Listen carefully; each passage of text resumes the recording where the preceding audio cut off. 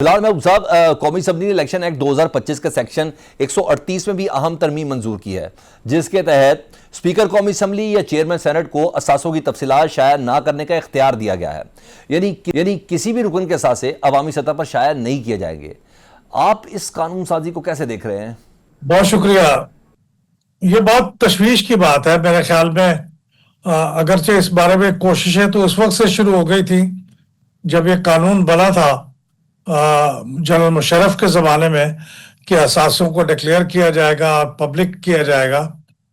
اس وقت سے بعض ممبر اس بات کے حق میں نہیں تھے کہ ان کے اثاثے پبلک کے علم میں آئیں، اور وہ یہی کہہ رہے تھے کہ جب وہ علم میں آتے ہیں تو لوگوں کو پتہ چلتا ہے کہ ہم اتنے امیر ہیں، اور پھر ہماری جان کو خطرہ لاحق ہو جاتا ہے کہ ڈاکو اور لٹیرے ہمارے پیچھے پڑ جاتے ہیں۔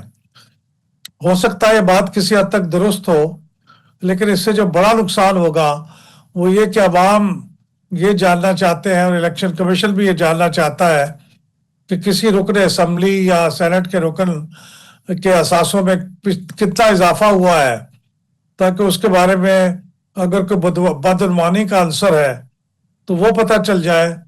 تو اب وہ بڑا مشکل ہو جائے گا۔ میرا نہیں خیال کہ اب کوئی بھی رکن یہ چاہے گا کہ اس کے اثاثے پبلک ہوں، تو ہر رکن جو ہے وہ کوشش کرے گا کہ اسمبلی کے اسپیکر یا سینٹ کے چیئرمین کو کہہ کے وہ اپنے اثاثوں کو پبلک ہونے کا عمل رکوا دے اور اس کو ڈیفر کر دے۔ تو وہ جو ٹرانسپیرنسی مقصود تھی اس قانون کے ذریعے سے اب وہ ختم ہو گئی ہے۔ اب کسی بھی رکن کے لیے یہ ممکن ہوگا کہ وہ اسپیکر کو خط لکھیں گے اور ان کے بارے میں اثاثے ڈکلیئر دی ہوں گے۔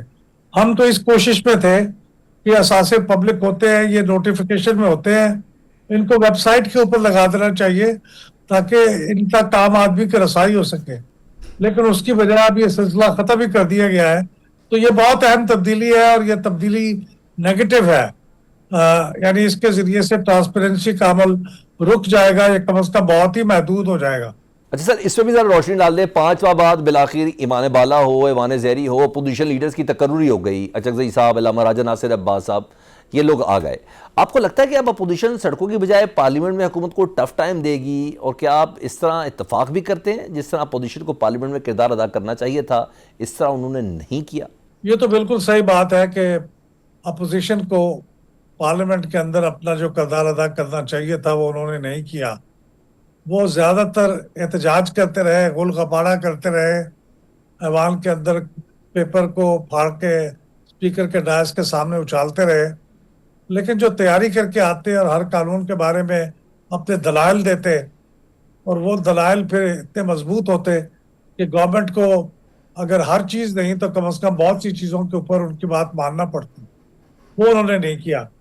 بلکہ انہوں نے تو اسٹینڈنگ کمیٹی سے بھی استعفیٰ دے دیا، جو کہ کسی بھی قانون کو منظور کرنے کے لیے اس کی سیکورٹی کے لیے بہت ہی اہم ادارہ ہے۔ تو ان کو واپس اس پہ جانا چاہیے اور کردار ادا کرنا چاہیے۔ اب آپ نے یہ جو بات کہی تھی کہ 5 ماہ کے بعد جو وہ وجود میں آئی ہے قاعدہ حزب اختلاف کی پوزیشن، تو یہ بہت اچھی بات ہے کہ ہو تو گیا ہے، لیکن بہت افسوس کی بات ہے کہ 5 مہینے اس میں ضائع کیے۔ اس میں اپوزیشن کا قصور تو نہیں ہے، یہ تو اسپیکر آفس کا قصور ہے، چیئرمین آفس کا قصور ہے۔ انہیں اتنی دیر نہیں کرنی چاہیے تھی، اور یہ تو 1 ہفتے کا کام ہے مشکل سے، یہ 2 ہفتوں کا کام ہے، انہیں کر دینا چاہیے تھا۔ اب آپ نے جو پہلا سوال پوچھا کہ علامہ راجہ ناصر عباس صاحب جو ہے، ان کی شخصیت کی وجہ سے کوئی آپ کو لگتا ہے کہ حالات میں کچھ پارلیمنٹ کی طرف زیادہ رجحان ہوگا اور سڑکوں پہ کم ہوگا، تو اس میں بنیادی بات یہ ہے کہ ان دونوں شخصیات یعنی محمود خان اچکزئی اور راجہ ناصر عباس صاحب، ان دونوں کے قائد حزب اختلاف بنائے جانے میں جو بنیادی کردار ہے وہ تو عمران خان صاحب کا ہے۔ عمران خان صاحب نے یہ طے کیا کہ یہ دونوں قائد حزب اختلاف ہوں، تو ان کی توقع یہی ہوگی کہ جس طرح وہ چاہیں ان کی منشا کے مطابق ہی دونوں صاحبان اپنا کردار ادا کریں۔ اگر کسی موقع پر وہ یہ کردار نہیں ادا کریں گے اور اپنی انڈیپینڈنس کو اسرٹ کریں گے، تو مجھے یہ اس بات کا گمان ہے کہ پھر وہ اپنی اس پوزیشن پہ قائم نہیں رہ سکیں گے۔ تو اس لیے اگر وہ چاہیں بھی کہ ہم سڑکوں کے اوپر کردار نہ ادا کریں، وہ ذاتی طور پہ کنونسڈ ہوں، لیکن پھر بھی اگر عمران خان صاحب ان سے متفق نہ ہوئے تو پھر وہی ہوگا جو عمران خان صاحب چاہیں گے، لازمی ضرورت نہیں کہ وہ ہو جو یہ لوگ چاہیں گے. تو ان کی جو خواہش ہوگی یا ان کی جو رائے ہوگی وہ عمران خان صاحب کی اپروول سے مشروط ہوگی. تو آپ دیکھتے ہیں کہ یہ کس حد تک عمران خان صاحب کو کنونس کر پاتے ہیں اور کس طرح سے یہ پارٹنرشپ چلتی ہے. یہ مشکل ہوگا، یہ آسان نہیں ہوگا، لیکن بہرحال یہ دونوں صاحبان، اشرف صاحب ہوں، راجہ ناصر عباس ہوں، یہ بہت ایک متوازن خیالات کے حامل لوگ ہیں. تو ہو سکتا ہے کہ قائد بانی تحریک کو، بانی پی ٹی آئی کو کنونس کرنے میں نسبتاً زیادہ کامیاب ہوں بنسبت پی ٹی آئی کے لوگوں کے جو ان سے ملتے رہے ہیں.